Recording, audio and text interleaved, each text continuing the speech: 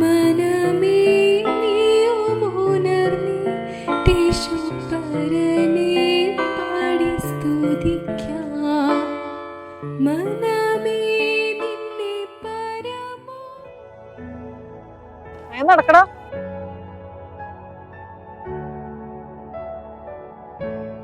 വായോ വായോ, അകത്തേക്ക് വായോ.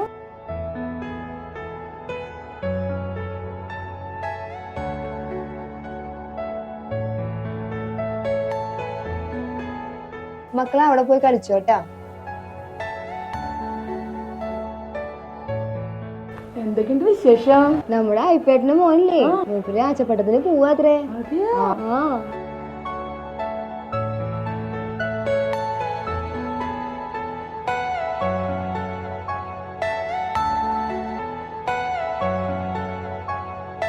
അമ്മേ, എന്താ മോനെ? എന്താ അച്ചപ്പട്ടം? ആരാ പോകുന്നേ?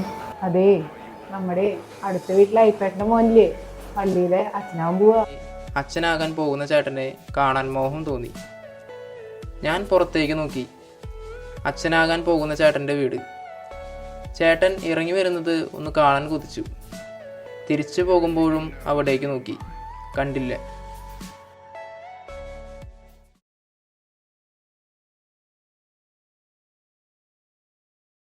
1946 ആഗസ്റ്റ് 30 കൊള്ളന്നൂർ ഐപ്പിന്റെയും പുലിക്കോട്ടിൽ കുഞ്ഞീറ്റിയുടെയും രണ്ടാമത്തെ മകനായി മങ്ങാട് എന്ന പ്രശാന്ത സുരഭിലമായ ഗ്രാമത്തിൽ ജനിച്ചു. പ്രസിദ്ധമായ പഴഞ്ഞി സെന്റ് മേരീസ് പള്ളി ഇടവകയിൽ വെച്ച് വിശുദ്ധ മാമോദീസ കൂദാശ നൽകി പാവു എന്ന നാമധേയം സ്വീകരിച്ചു. പിന്നീട് പാവു എന്ന പേര് പോൾ എന്ന് വിളിച്ചു പോന്നു. പോളിന്റെ മാതാവിന്റെ സഹോദരനായ ഇയൂട്ടി എന്ന വല്യച്ചായന്റെ സ്വാധീനം പോളിൽ ആധ്യാത്മികതയുടെ നാമ്പുകൾ മുളപ്പിച്ചു. 1958 തന്റെ 12ാം വയസ്സിൽ ബദനി ആശ്രമ ചാപ്പലിൽ വെച്ച് ഫാദർ ഗീവർഗീസ് OICയുടെ കൈകൾ പിടിച്ച് വിശുദ്ധ മദ്ബഹായുടെ പടികൾ ചവിട്ടി മദ്ബഹാ ശുശ്രൂഷകനായി ദൈവവേലയ്ക്കായി സ്വയം സമർപ്പിക്കപ്പെട്ടു. പഴഞ്ഞി ഗവൺമെന്റ് ഹൈസ്കൂളിലും സ്കൂൾ തല പഠനം പൂർത്തിയാക്കി. തൃശൂർ സെന്റ് തോമസ് കോളേജിൽ നിന്ന് പ്രീ ഡിഗ്രിയും കോട്ടയം വൈദിക സെമിനാരിയിൽ നിന്നും സെറാംപൂർ സർവകലാശാലയിൽ നിന്നും വൈദിക പഠനം പൂർത്തിയാക്കി. 1972 ഏപ്രിൽ 8 യഫ്പദിയക്നോ പട്ടം പരിമര സെമിനാരിയിൽ വെച്ചും 1973 ജൂൺ 3 കശീശ പട്ടവും കൊരട്ടി സിയോൻ അരമനയിൽ വെച്ച് ഇടവക മെത്രാപോലീത്ത അഭിമന്യ യൂഹാനോന്മാർ സേവേറിയോസ് തിരുമേനിയുടെ തൃക്കരങ്ങളാൽ നൽകപ്പെട്ടു. 1976 ജൂലൈ 1 എറണാകുളം സെന്റ് മേരീസ് ഇടവകയുടെ അസിസ്റ്റന്റ് വികാരിയായി നിയമിതനായി. തിരുവല്ലയിൽ 1982 ഡിസംബർ 28 നടന്ന മലങ്കര സുറിയാനി ക്രിസ്ത്യാനി അസോസിയേഷൻ ഫാദർ KI പോളിനെ എപ്പിസ്കോപ്പ സ്ഥാനത്തേക്ക് തുടർന്ന് 1983 മെയ് 14 മാത്യൂസ് മാർ കൂറിലോസ് തിരുമേനി റംബാൻ സ്ഥാനം നൽകി. 1985 മെയ് 15 പുതിയകാവ് സെന്റ് മേരീസ് പള്ളിയിൽ വെച്ച് പൗലൂസ് മാർ മിലിത്തിയോസ് എന്ന നാമത്തിൽ എപ്പിസ്കോപ്പയായും 1985 ആഗസ്റ്റ് 1 പുതിയതായി രൂപീകരിച്ച പിതാവിന്റെ സ്വന്തം ജന്മനാടായ പരിശുദ്ധ പുലിക്കോട്ടിൽ തിരുമേനിമാരുടെ ജന്മം കൊണ്ട് പുണ്യമാക്കിയ കുന്നംകുളം ഭദ്രാസനത്തിന്റെ ആദ്യ മെത്രാപോലീത്തയായി വാഴിക്കപ്പെട്ടു.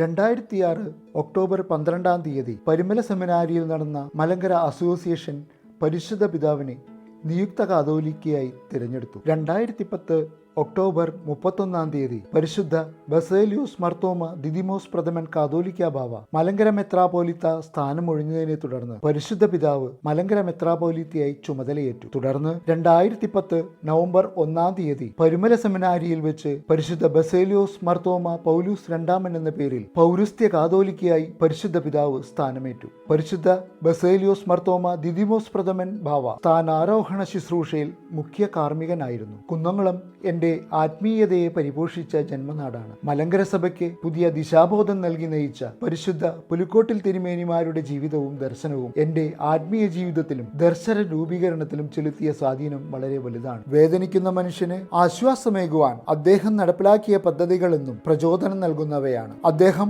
നേതൃത്വം കൊടുത്ത് കൈത്താങ്ങലുകൾ നൽകി നിർമ്മിച്ചു നൽകിയ ഭവനങ്ങൾ ആ ഹൃദയത്തിലെ കനിവിന്റെ തണലിടങ്ങളായി ഇന്നും നിലകൊള്ളുന്നു. പരിശുദ്ധ ബാവാ തിരുമേനിയുടെ കരുതലിന്റെ ഏറ്റവും വലിയ സ്വപ്നം ക്യാൻസർ രോഗികളെ സഹായിക്കുവാൻ പരിമല ആശുപത്രിയിൽ നടപ്പിലാക്കി വന്ന സ്നേഹസ്പർശം പദ്ധതിയാണ്.